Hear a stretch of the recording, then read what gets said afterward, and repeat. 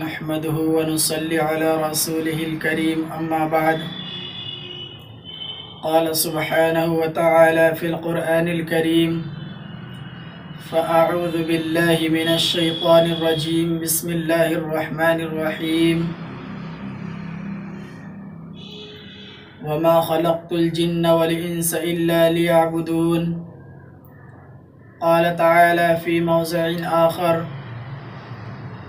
وأقم الصلاة إن الصلاة تنهى عن الفحشاء والمنكر قال النبي صلى الله عليه وسلم قرة عيني في الصلاة أو كما قال عليه الصلاة والسلام۔ برادران اسلام اور عزیز ساتھیوں، اللہ سبحانہ و تعالیٰ کا بے انتہا کرم ہے، اس کا احسان ہے کہ اللہ رب العالمین نے ہمیں اور آپ کو پاکیزہ اور مقدس جگہ یعنی مسجد کے اندر بیٹھنے کی توفیق عطا فرمائی۔ اللہ سے دعا فرمائیں کہ باری تعالیٰ مجھے صحیح بات کہنے اور ہم سب کو اس پر عمل کرنے کی توفیق عطا فرمائے۔ عزیزان گرامی، اللہ سبحانہ و تعالی نے قرآن کریم کے اندر 700 مقامات پر ایک ہی لفظ ہم سب کے لیے بار بار ارشاد فرمایا، اور وہ لفظ کیا ہے، وہ شبد کیا ہے؟ قرآن کریم اعلان کرتا ہے وَأَقِمِ الصَّلَاةَ کہ نماز قائم کیجئے، وَآتُوا الزَّكَاةَ اور زکوٰۃ ادا کیجئے۔ اللہ تبارک و تعالی نے 700 مقامات پر نماز کے قائم کرنے کا حکم دیا۔ اللہ سبحانہ و تعالی نے انسان کے اوپر 5 وقت کی نماز ادا کرنے کو ان آیات کے اندر کہا۔ ہم اور آپ جانتے ہیں کہ ابتدا کے اندر 5 نمازیں فرض تھیں۔ چونکہ میں واقعے کی تفصیل میں جانا نہیں چاہتا، بس کر اتنی بات آپ حضرات کے سامنے گوش گزار کرتا ہے کہ اللہ سبحانہ و تعالی کا ہمیں اور آپ کو پیدا کرنے کا مقصد دنیا کموانا نہیں ہے، بلکہ اللہ رب العالمین نے واضح طور پر سورہ ذاریات کے اندر یہ ارشاد فرمایا وَمَا خَلَقْتُ الْجِنَّ وَالْإِنسَ إِلَّا لِيَعْبُدُونَ کہ اللہ سبحانہ و تعالی نے انسان اور جنات کو محض اپنی عبادت کے لیے پیدا کیا ہے۔ اللہ تبارک و تعالی نے سورہ ذاریات کے اندر ان الفاظ کے اندر عبادات کا ذکر کیا ہے وَمَا خَلَقْتُ الْجِنَّ وَالْإِنسَ إِلَّا لِيَعْبُدُونَ کہ اللہ سبحانہ و تعالی ارشاد فرماتا ہے کہ میں نے انسان کو اور جنات کو محض اپنی عبادت کے لیے پیدا کیا ہے۔ پارہ نمبر 21 کے اندر اللہ سبحانہ و تعالی کا ارشاد ہے إِنَّ الصَّلَاةَ تَنْهَى عَنِ الْفَحْشَاءِ وَالْمُنكَرِ کہ اللہ رب العالمین ارشاد فرماتا ہے کہ نماز بے حیائی اور منکرات سے روکنے والی ہے۔ لیکن آج یہاں پر ایک سوال پیدا ہو سکتا ہے کہ انسان ہے، نماز پڑھتا ہے، انسان ہے 5 وقتہ پیشانی اللہ رب العالمین کے حضور رگڑتا ہے، لیکن ہم اور آپ یہ دیکھتے ہیں کہ انسان نماز بھی پڑھتا ہے، اللہ کی عبادت بھی کرتا ہے، لیکن صحیح بات یہ ہے کہ اس کی نماز اس کو نہیں روکتی۔ بے شک بے شک۔ لیکن اللہ سبحانہ و تعالی نے 1400 سال پہلے اللہ کے نبی صلی اللہ علیہ وسلم کے قلب اطہر پر یہ آیت نازل فرمائی إِنَّ الصَّلَاةَ تَنْهَى عَنِ الْفَحْشَاءِ وَالْمُنكَرِ کہ بلا شبہ یقیناً نماز بے حیائی اور منکرات سے اور بری باتوں سے روکتی ہے۔ لیکن آج انسان نماز پڑھنے کے باوجود برائیوں سے نہیں رک پاتا ہے۔ اس کی کیا وجہ ہے؟ اس کی وجہ صرف اور صرف یہی ہے کہ ہم نے نماز کو نماز کے مطابق، نماز کے حق کے مطابق اللہ رب العالمین کی جیسے ہم کو عبادت کرنی چاہیے تھی، ہم سے ویسی نمازیں آج نہیں پڑھی جا رہی ہیں، ویسی نمازیں ہم سے ادا نہیں ہو پا رہی ہیں۔ انسان نماز پڑھتا ہے لیکن خارش آتی ہے تو اس کا ہاتھ وہیں پر جاتا ہے، انسان نماز پڑھتا ہے اس کو جمائی آتی ہے تو ہاتھ وہیں پر جاتا ہے۔ میرے بھائیو، صحیح بات یہ ہے کہ آج انسان نماز تو پڑھتا ہے لیکن در حقیقت وہ نماز ہی نہیں پڑھتا۔ نماز کے اندر جو خشوع اور خضوع والی کیفیت انسان کے اندر ہونی چاہیے تھی، آج انسان کے اندر سے خشوع و خضوع نکلتا جا رہا ہے۔ اللہ کے نبی صلی اللہ علیہ وسلم نے ایک حدیث کے اندر ارشاد فرمایا کہ قیامت سے پہلے اس امت میں سب سے پہلے لوگوں کے درمیان سے خشوع اٹھا لیا جائے گا، یہاں تک کہ آپ کو لوگ مسجد کے اندر بے شمار نماز پڑھنے والے نظر آئیں گے، بہت بھیڑ بھاڑ اور ازدحام کا معاملہ ہوگا، مسجد کے اندر پیر رکھنے کی جگہ نہیں ہوگی، لیکن عالم یہ ہوگا، حال یہ ہوگا، کنڈیشن اور کیفیت یہ ہوگی کہ ایک بھی بندہ خدا خشوع اور خضوع کے ساتھ نماز پڑھنے والا نہیں ہوگا۔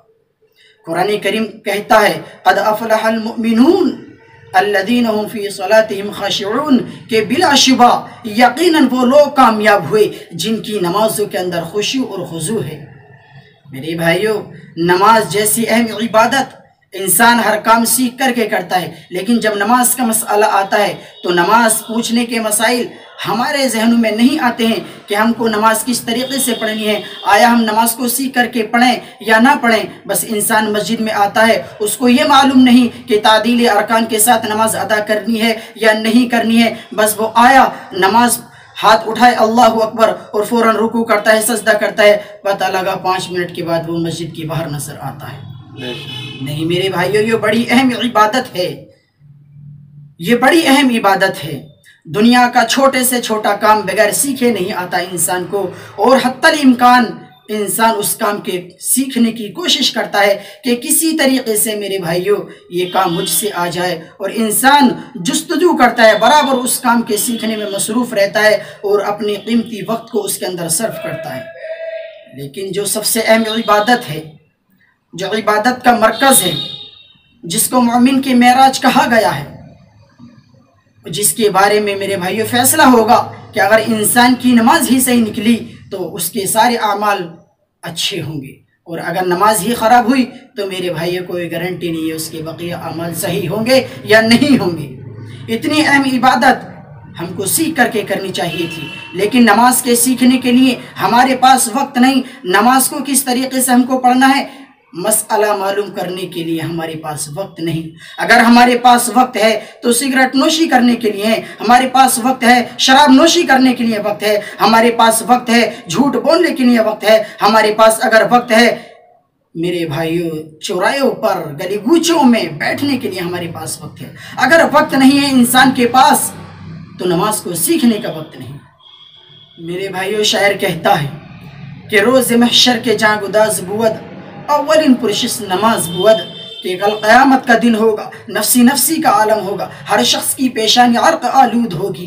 ایسے گھبرائے ہوئے عالم کے اندر میرے بھائیو سب سے پہلے نماز کا سوال کیا جائے، اور نماز پڑھنے کا حال یہ ہے کہ انسان نماز پڑھتا ہے کس طریقے سے اس کو عبادت کرنی چاہیے، کس طریقے سے اس کو رکوع کرنا چاہیے، کس طریقے سے اس کو سجدہ کرنا چاہیے، کس طریقے سے اس کو پیشانی زمین پر رکھنی چاہیے، اس کو یہ طریقہ نہیں آتا۔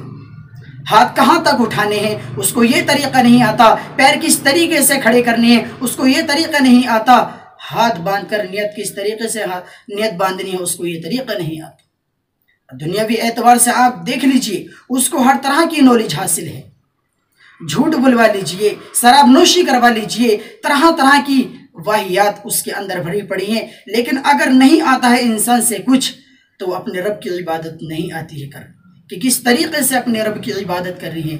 میرے بھائیو اس لیے آج یہ عاجز آپ سے درخواست کرتا ہے کہ اللہ کے لیے نماز کو سیکھ کر کے پڑھو۔ میرے بھائیو نماز سیکھ کر کے پڑھو۔ کیوں سیکھ کر کے پڑھو؟ کتابوں کے اندر لکھا ہے کہ حضرت جبرائیل علیہ السلام نے نبی برحق جناب محمد الرسول اللہ صلی اللہ علیہ وسلم کو 5 دن نماز پڑھائی۔ کتنی دن نماز پڑھائی؟ 5 دن نماز پڑھائی۔ مقتدی آقا علیہ السلام ہیں، امام حضرت جبرائیل علیہ السلام ہیں۔ کیوں نماز پڑھائی؟ تاکہ عبادت کا طریقہ آ جائے۔ یہ اس سے سبق ملتا ہے امت محمدیہ کو کہ اگر انسان کو نماز پڑھنی ہے تو پہلے نماز کو سیکھے، اس کے بعد میں عبادت کرے۔ مسجد کے ائمہ حضرات بھی اس موضوع پر ماشاءاللہ بہت بات کرتے ہیں۔ مقتدیان کو چاہیے، مصلیان کو چاہیے کہ اپنے اماموں سے نماز کے تعلق رجوع کریں اور مسئلہ دریافت کریں کہ ہم کو ثنا کب پڑھنی ہے،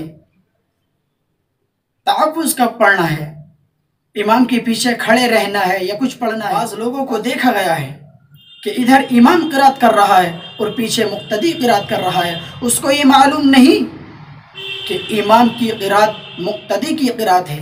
اس لیے میں آپ سے بہت ہی مؤدبانہ درخواست کرتا ہوں کہ خدا نہ خواستہ اگر ہم ایسی ہی عبادت کرتے رہے تو میرے بھائیو ایسی عبادت اللہ کو پسند نہیں۔ اللہ کے لیے اپنی عبادت کے اندر خشوع اور خضوع پیدا کیجیے، للہیت پیدا کیجیے، اور ہماری اور آپ کی نمازیں اس لیبل کی ہوں میرے بھائیوں کہ ڈائریکٹ ہی اللہ رب العالمین کے یہاں قبول ہو جائیں۔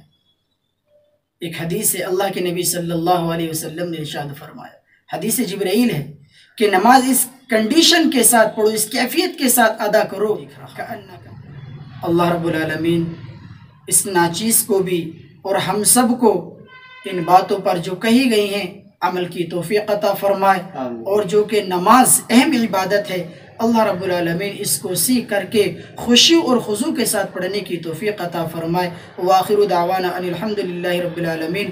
اس شعر کے ساتھ میں اپنی تقریر کو اختتام پذیر کرتا ہوں کہ رہا چمن تو پھول کھلیں گے، رہا چمن تو پھول کھلیں گے، انشاءاللہ زندگی رہی تو پھر ضرور ملیں گے۔